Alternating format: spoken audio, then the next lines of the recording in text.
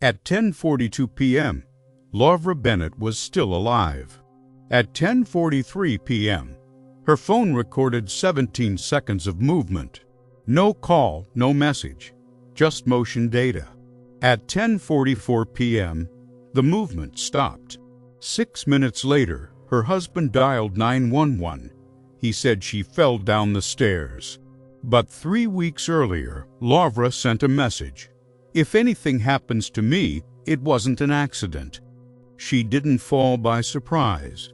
She expected something. People don't predict their own accidents unless they sense a pattern forming. When responders arrived, Laura was lying at the base of the staircase, severe head trauma. No pulse. Her husband Mark was kneeling beside her, shaking, repeating that she slipped while carrying laundry. Towels were scattered on the steps, one slipper at the top, one near the bottom. No broken furniture, no forced entry, no overturned objects. It looked chaotic, but not violent. A tragic fall inside a quiet suburban home. Officers marked it as accidental death pending autopsy.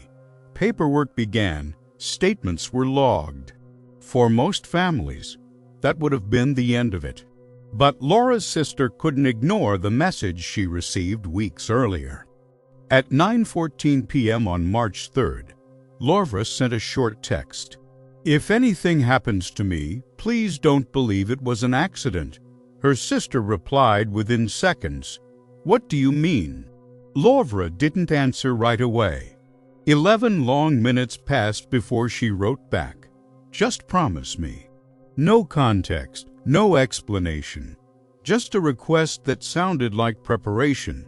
When detectives asked Mark about the message, he shrugged. He said Laura had anxiety, said she'd been paranoid lately, that she imagined threats where there were none. But 5 days before her death, Laura searched online. How to document emotional abuse? Can someone fake an accident? Those aren't random thoughts, they're defensive steps. She also opened a note on her phone titled, "If something happens." Inside it, she wrote one sentence, "I'm not crazy, I need this somewhere." That line shifted the investigation. Paranoia usually spirals outward. Documentation moves inward, careful, controlled, deliberate. Laura wasn't ranting, she was recording. And recording suggests anticipation.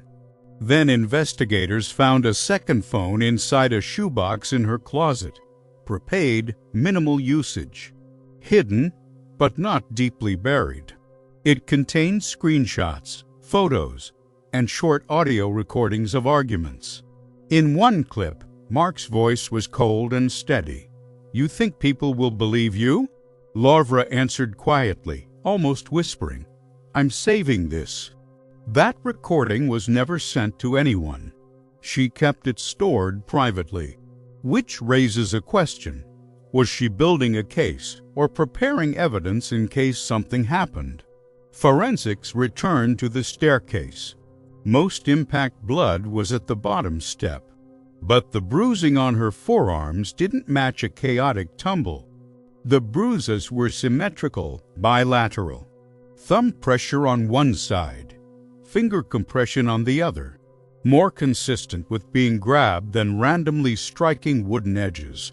When confronted, Mark said he tried to catch her, said he reached for her arms, sad he failed, possible, but not perfectly aligned with the pattern.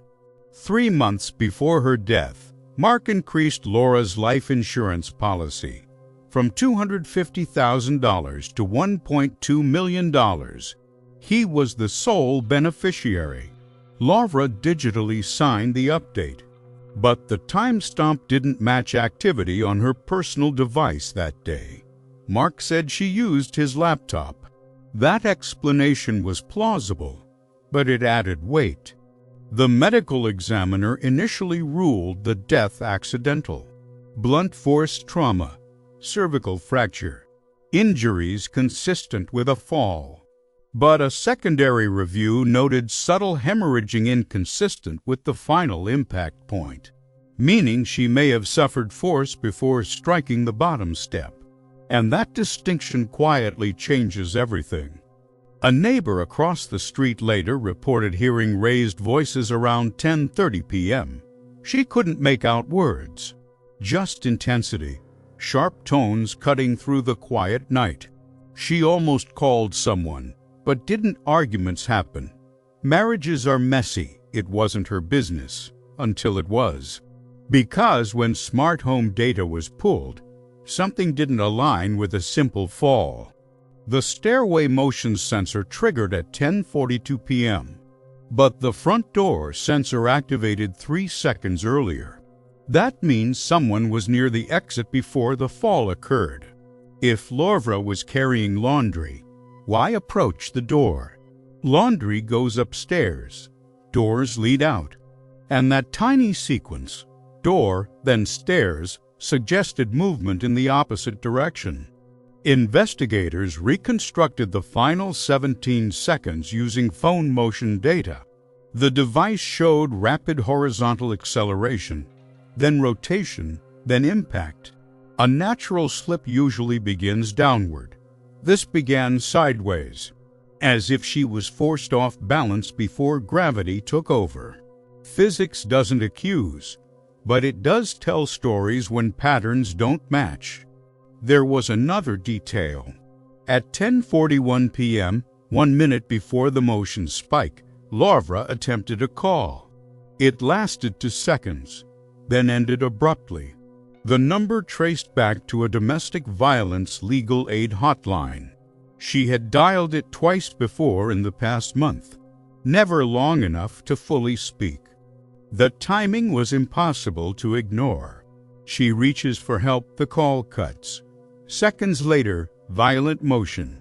If this were coincidence, it was cruelly precise. And it contradicted Mark's version of events.